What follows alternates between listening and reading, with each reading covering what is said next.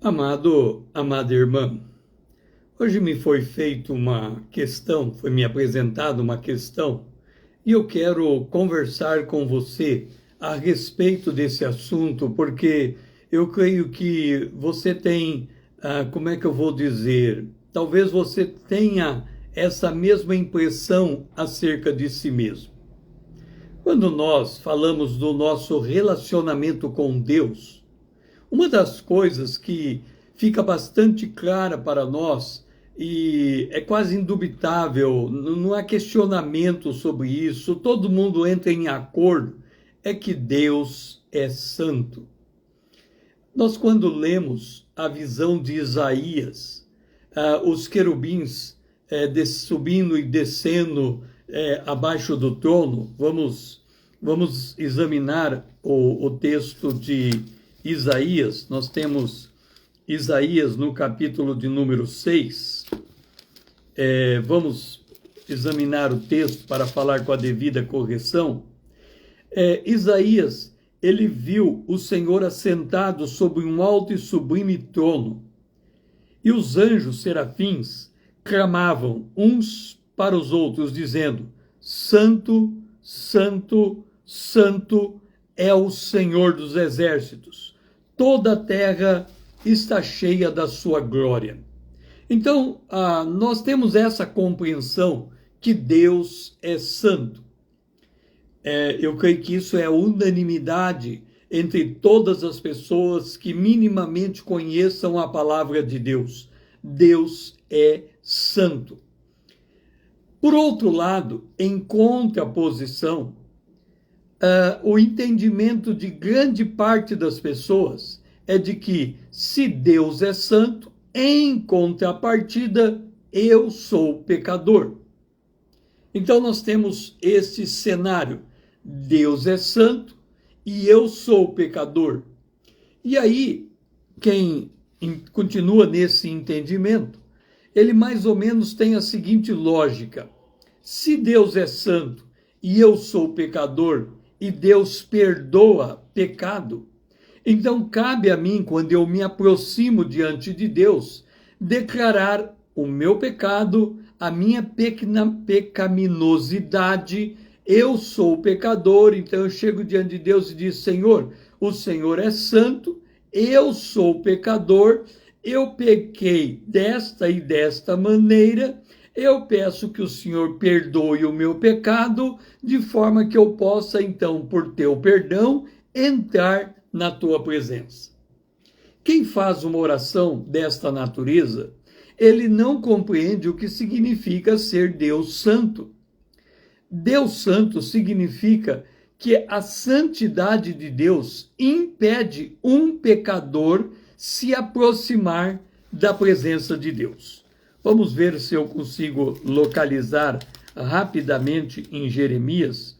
Está logo no começo de Jeremias, eu creio que é no capítulo 2, quando Jeremias diz que as nossas iniquidades faz separação entre nós e Deus. Vamos ver se eu consigo encontrar as nossas iniquidades. Deixe-me procurar aqui. As nossas iniquidades fazem separação. Isso está não é nem Jeremias, é Isaías 59, versículo 2 a 13. Então vamos lá. Isaías 59 diz: As vossas iniquidades fazem separação entre vós e o vosso Deus, e os vossos pecados encobrem o seu rosto de vós, para que vos não ouça. Então vamos de novo. Deus é santo, e alguns entendem que tem que se declarar pecador para se aproximar diante de Deus, confessando o seu pecado, para que possa criar um meio de conversa com Deus, para que possa ser aceito na presença de Deus. Esta é a lógica deste tipo de raciocínio. Então, sempre que a pessoa se aproxima diante de Deus, ela declara: Senhor, eu sou pecador, pequei desta e desta maneira, me perdoa, perdoa os meus pecados, me perdoa, mas mesmo assim, por causa do sangue de Cristo, eu entro na tua presença. Bom, acontece que o salário do pecado é a morte. Se eu me aproximo diante de um Deus Santo na qualidade de pecador, a única coisa que pode acontecer é Deus me aniquilar. Ele não pode compactuar com o pecado. Eu não posso nem abrir a boca para falar com ele, porque é fora de cogitação. Deus não vai me receber. Se você for, por exemplo, na presidência da República, sem que você tenha notoriedade, sem que você tenha um agendamento, e você simplesmente chegar lá e dizer assim: olha, eu sou fulano de tal e quero falar com o presidente. A pessoa que está ali vai te dizer vai dizer a você quem você pensa que é para achar que o presidente vai te receber. Sai daqui. E assim acontece. Pessoas que têm até, inclusive, agendas marcadas, mas num dado momento o presidente se indispõe contra ele e diz: olha, dá um chá de cadeira nessa pessoa e eu não vou receber ela. Ela não está me agradando, ela não está em conformidade com o que eu penso dela. Então dá um chá de cadeira até ela desistir. E acontece, por quê? Porque o presidente, ele só vai aceitar uma pessoa para conversar com ele se ele sente que há uma unidade de propósito. Caso contrário, ele rejeita aquela pessoa. E se ele não souber antecipadamente do que aquela pessoa precisa e quem ela é e por que ela está ali, e se cabe ele receber nas condições que ela está apresentando, ele não vai receber. Ora, se Deus é santo, ele não pode, de forma alguma, receber o pecador. Isaías, aqui, ele está dizendo: as vossas iniquidades faz separação entre vós e o vosso Deus. Isso significa que para Deus me receber diante dele, a questão do pecado tem que estar resolvido de forma cabal, de forma definitiva, de forma que não caiba objeção. Primeiro, a justiça de Deus tem que ser satisfeita. Caso contrário, não há nenhuma possibilidade. A Bíblia diz que as nossas vestes são trapos de imundícia. Vamos ver aqui. Trapos de imundícia. Onde está isso? Está em Isaías 64:6. Um pouco mais para frente aqui. 64:6. Aqui diz: mas todos nós somos como imundo, e todas as nossas justiças como trapo de imundícia. Todos nós murchamos como a folha, e as nossas iniquidades como um vento nos arrebata. Ou seja, Isaías está dizendo que isso é uma total impossibilidade de nós nos aproximarmos diante de Deus com base naquilo que nós somos. O apóstolo Paulo, lá em Romanos, no capítulo 7, quando ele fala da lei e da sua posição perante a lei, ele fala: a lei é espiritual. Eu sou carnal, vendido ao pecado. Quando eu quero fazer algo, eu faço do contrário. Eu não faço aquilo que eu quero. Aquilo que eu não quero, eu não faço. E aí ele chega a uma conclusão: se eu estou fazendo aquilo que eu não quero, então o pecado habita em mim. E se o pecado habita em mim, eu sou o mais miserável dos homens. E aí ele diz uma coisa que é a chave do entendimento: quem me livrará do corpo dessa morte? Quem é que pode resolver o pecado para mim? Quem é que pode me fazer apresentável diante de Deus?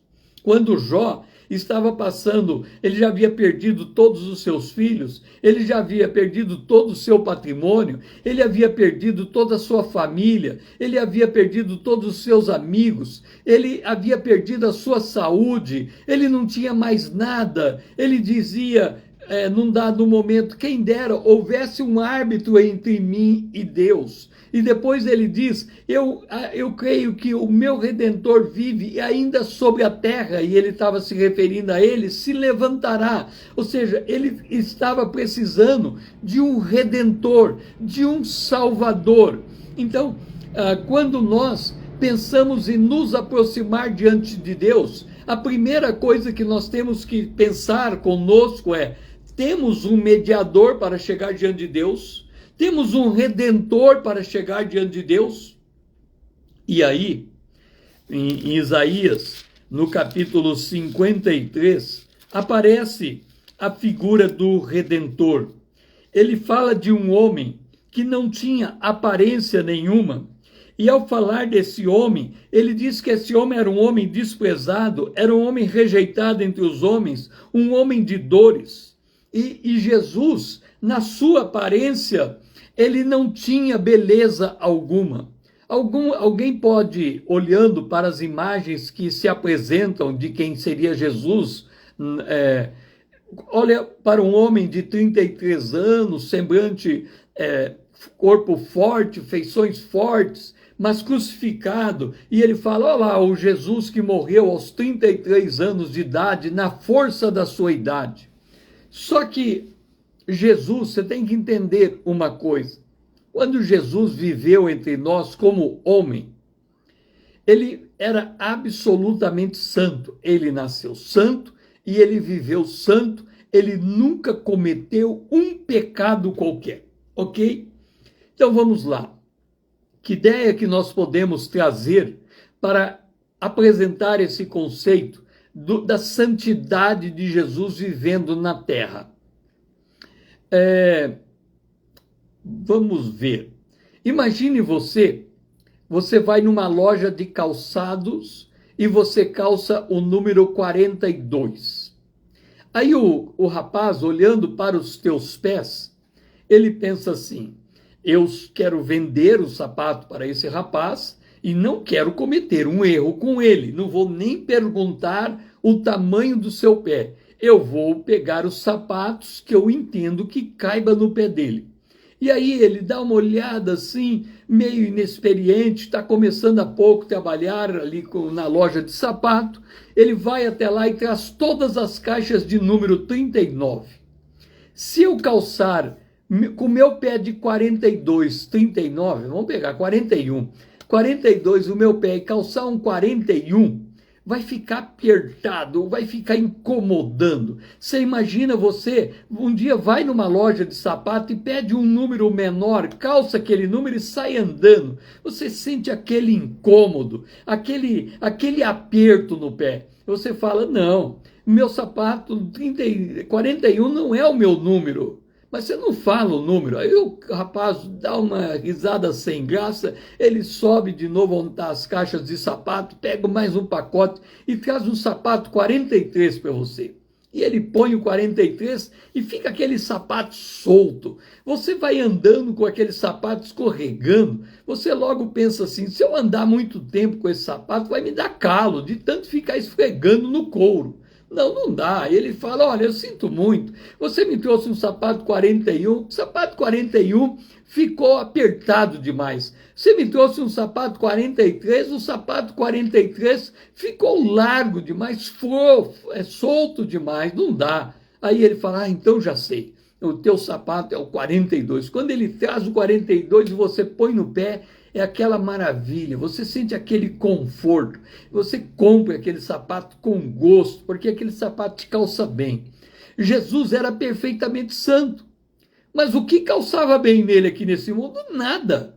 Ele vivia incomodado, todo o pecado incomodava ele, aquilo envelhecia ele, aquilo pesava sobre ele. Quando ele soube que Lázaro havia morrido, ele chorou por Lázaro, aquilo doía, aquilo queimava dentro dele. Então tudo isso envelhecia. Um dia, Jesus disse assim para os fariseus, olha, antes de Abraão existir, eu sou.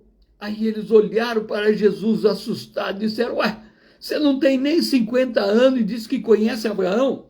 Agora eu pergunto para você, Se Jesus morreu com 33 anos e eles deram 50 anos para Jesus, quase 20 anos a mais, qual era a aparência física de Jesus? Era essa.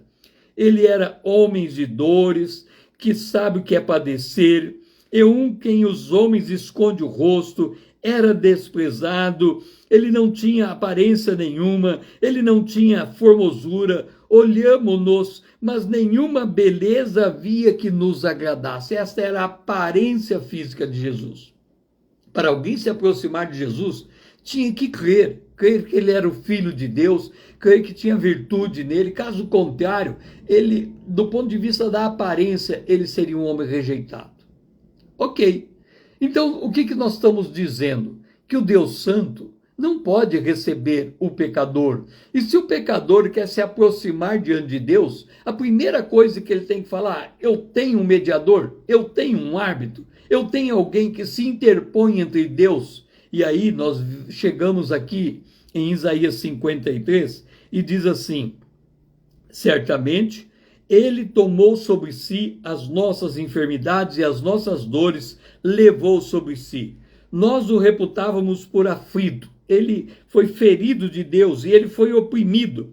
Mas ele foi traspassado pelas nossas transgressões e moído pelas nossas iniquidades. O castigo que nos traz a paz estava sobre ele, e pelas suas pisaduras fomos sarados. Se você ler lá no livro do Apocalipse, falando sobre o Cordeiro de Deus, fala assim: o Cordeiro de Deus como havendo sido morto. Esse é o verbo utilizado para declarar quem era aquele Cordeiro que está sendo encontrado no Apocalipse, o Jesus ressurreto. Você se lembra que Jesus, quando ele morreu depois, que ele estava na cruz, um soldado furou ele com uma lança e daquela lança saiu sangue e saiu água? Eu creio que essa imagem de um fluxo de sangue e de água saindo dele aqui é a imagem que vai aparecer lá no Apocalipse quando fala um cordeiro como havendo sido morto. É como se aquela ferida de Jesus ficasse continuamente aberta e o sangue e a água continuassem escorrendo daquela ferida. Há um texto no Apocalipse que fala que há um rio que corre do trono de Deus. Imagina que Jesus está sentado nesse trono, tem aquela ferida do seu lado e aquela ferida continua correndo água e aquela água vai formar um rio. Então, aquele rio diz que aonde o rio passa, Ezequiel fala disso quando ele fala do tempo das águas que saram, das águas que vão, aonde ela vai passando, ela vai curando. A fonte daquelas águas é aquilo que sai de Jesus, da sua ferida que aconteceu lá na cruz. É como se Deus, o Pai, falasse assim: olha, eu vou tirar uma foto de Jesus no exato instante que ele está morrendo. E a hora que ele tira aquela foto tem aquela ferida, e aí quando Jesus ressuscita, aquela ferida é como se ela não tivesse sido fechada, ela continuasse aberta, e aquela água continuasse saindo. Por quê? Porque ele sabe que nós precisamos do perdão. Mas, voltando aqui, diz assim: ele foi traspassado pelas nossas transgressões e moído pelas nossas iniquidades. Então vamos voltar à figura. Há um Deus que é absolutamente santo e eu quero me aproximar diante desse Deus. Eu não tenho como me aproximar porque o salário do pecado é a morte, e se eu me aproximar diante de Deus, ele simplesmente vai me aniquilar. Eu vou morrer, eu vou ser extinto. Isaías, quando ele olha para o trono, para a glória de Deus, ele: ai de mim, porque sou pecador, habito no meio de pecadores, e aí eu estou morrendo, eu vou morrer, porque eu não posso me apresentar diante desse Deus. Ali é dito que um anjo tira uma brasa e coloca nos lábios dele e passa dele aquela iniquidade. Vamos lá ver Isaías capítulo 6, diz assim, ele fala: eu sou pecador, e aí um serafim voou para mim, trazendo na mão uma brasa viva que tirara do altar com uma tenaz.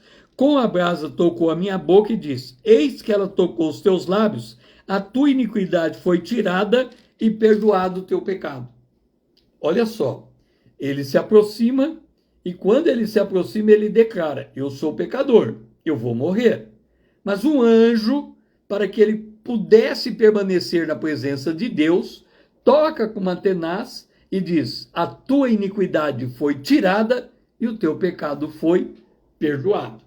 Aqui em Isaías diz assim: Jesus é o Cordeiro de Deus, e aí ele levou sobre si o nosso pecado. Lá no Antigo Testamento, quando você tinha um pecado, você tinha que pegar um cordeiro sem defeito, colocar a mão sobre o cordeiro, transferir o seu pecado para o cordeiro iria ser morto, o sangue derramado no altar, e só depois de todo o sacrifício terminado, você teria o seu pecado perdoado. O que eu estou dizendo é que para eu me apresentar diante de Deus, o justo Jesus tem que morrer no meu lugar. Entenda. Quando Jesus morreu na cruz, ele não tinha pecado, mas foi colocado sobre ele o meu pecado. Ele foi literalmente castigado no meu lugar. É como se eu chegasse hoje e dissesse: olha, o meu nome é César, eu quero me apresentar diante de Deus, e o anjo olhasse para mim e dissesse: como que você chega aqui para apresentar? Quem é você? Eu sou César, o pecador, está aqui todos os meus pecados. E aí ele fala com essa condição: você não chega diante de Deus. Mas aí Jesus disse: epa, para lá. Esse César que está aí, ele creu, por isso ele está chegando até aqui, e eu morri no lugar dele. Eu sofri o castigo no lugar dele. O pecado que ele está levantando aí, eu já paguei tudo. Eu liquidei essa fatura. O César não tem mais pecado. O César foi literalmente perdoado. Vamos ver o que Deus fez comigo? Vamos lá em Romanos, no capítulo de número 4, diz assim: e assim também que Davi declara ser. Veja bem, eu estou na presença de Deus, eu havia declarado que eu era pecador, não havia condição, sem chance nenhuma de eu me aproximar, mas eu busquei um redentor, eu busquei um árbitro, e ali eles, conversando entre eles, chegaram à conclusão que porque eu estava crendo que Jesus morreu no meu lugar, que toda aquela lista de pecado foi colocado sobre ele, que Jesus foi castigado no meu lugar, então agora eu me torno bem-aventurado. E qual é a minha bem-aventurança? Bem-aventurado o homem a quem Deus atribui justiça independente de obras. Qual é a minha obra? Trapo de imundícia. Eu sou pecador. Então ele fala: olha, César, você de fato é pecador, mas como você está crendo que o teu pecado está sobre Jesus, e Jesus está morrendo, porque o salário do pecado é a morte, e Jesus está pagando o preço pelo teu pecado, está morrendo por ele, eu declaro você justo. Significa, eu declaro você sem pecado. Você é como se você você é uma nova criatura. Você nasceu de novo. Você foi regenerado.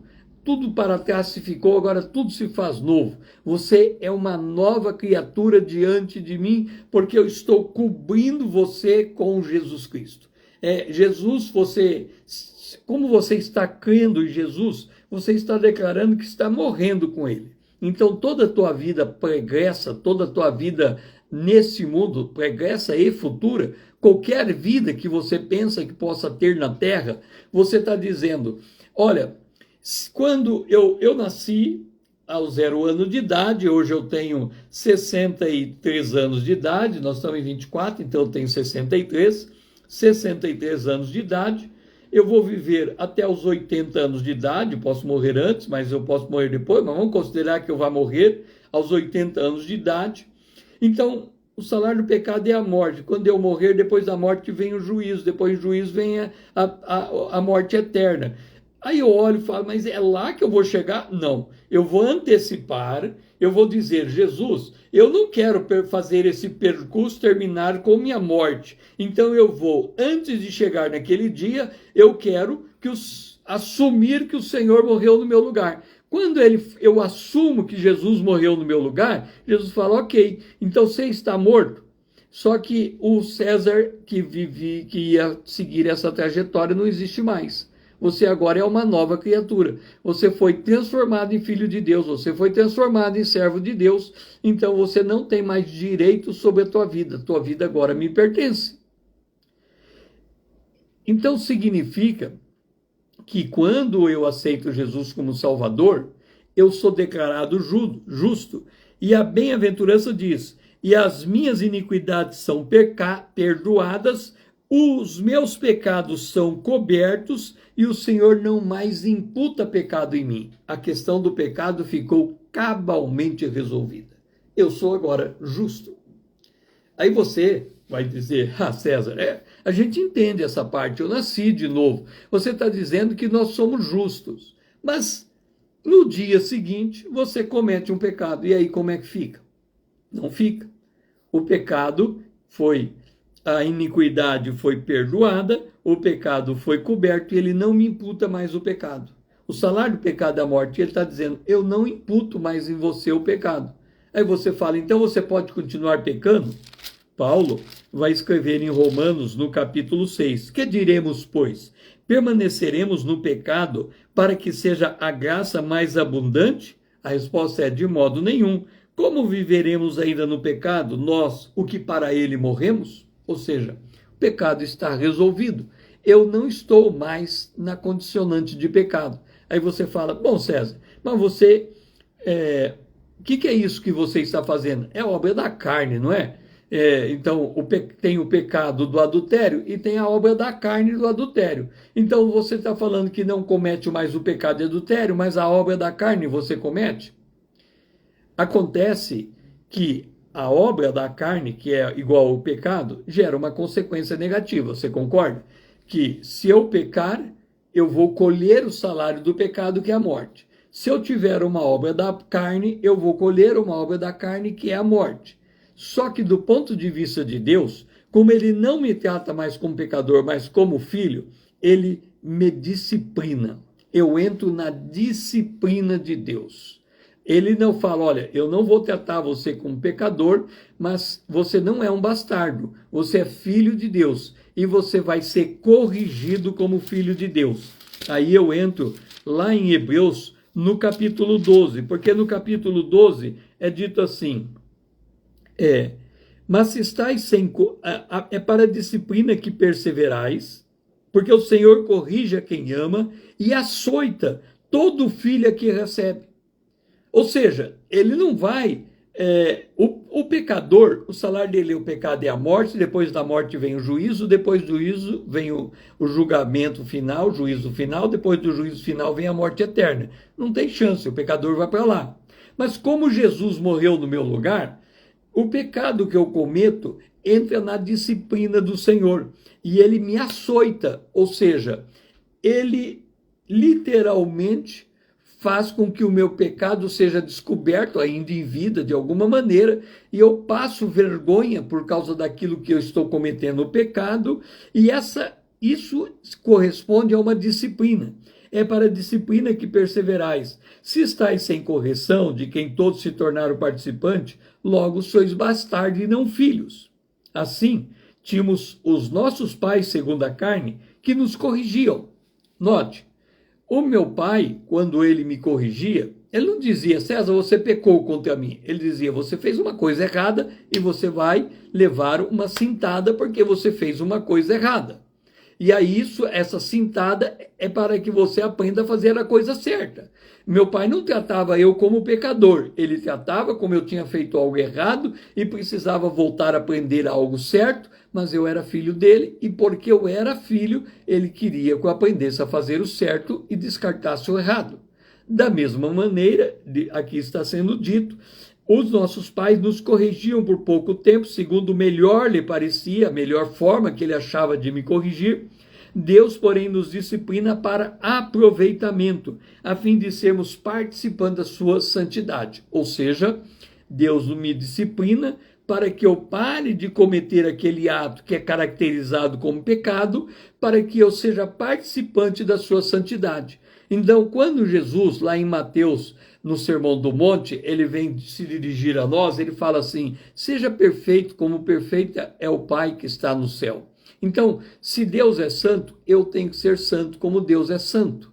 Então, o cristão, ele não chega diante de Deus declarando pecador. Ele chega diante de Deus declarando: eu sou justo por causa de Cristo Jesus, eu sou santo por causa de Cristo Jesus. Sonda-me, ó Deus, e vê se há algum caminho mau, porque se algum ponto de treva houver em mim, faz um tratamento de tal maneira que eu me arrependa desse ponto de treva e volte a andar na luz, porque o Senhor é luz. Então, o relacionamento do cristão com Deus não é o relacionamento do santo com o pecador, é o relacionamento do santo com o santo que, se porventura não mantiver o padrão de santidade, é corrigido por Deus de tal maneira que ele vai continuar no caminho do Senhor, conforme declara a palavra de Deus. Por isso, quando nós lemos João, no capítulo 17, no capítulo 15, acerca da videira, é dito: eu sou a videira, meu pai é o agricultor, e você é o ramo enxertado nessa videira. Todo ramo que estando em mim não der fruto, ele corta, e todo que dá fruto, ele limpa para que produza mais fruto ainda. O pecador, quando ele morre, é cortado da terra. Mas o cristão, quando ele peca, ele é limpo para que continue produzindo fruto. Ou seja, ele entra num processo de disciplina.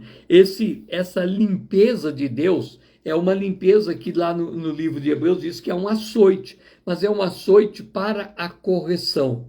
A Bíblia diz que Esaú chorou buscando arrependimento, mas ele não alcançou o arrependimento. Por quê? Porque ele era um homem natural que não conseguiu encontrar a sua conversão. Por outro lado, Jacó, que enganou Esaú algumas vezes, ele foi tratado, foi corrigido por Deus e voltou para a terra prometida para cumprir o propósito de Deus na vida dele, sendo transformado. Então, que você possa entender, nós, quando pela primeira vez nos achegamos diante de Deus, somos pecadores. Buscamos um mediador e um árbitro. Jesus é esse mediador e esse árbitro. Aí descobrimos que ele morreu em nosso lugar. Então, a morte dele se torna a nossa morte, porque o pecado que nós cometemos foi colocado sobre ele, ele foi castigado, a justiça de Deus foi sanada, e agora não se fala mais em pecado do pecador. Agora eu sou filho de Deus e eu tenho que viver em santidade na presença de Deus, eu sou justo em Cristo Jesus, e se porventura eu cometer um deslize, o meu Pai que está atento, o meu Pai celestial, ele vai tratar comigo, vai me corrigir, vai me purificar e vai fazer com que eu me torne de novo participante da santidade dele, de forma que eu ande em santidade. Esta é a condição do novo nascido diante de Deus. Que o Senhor seja louvado.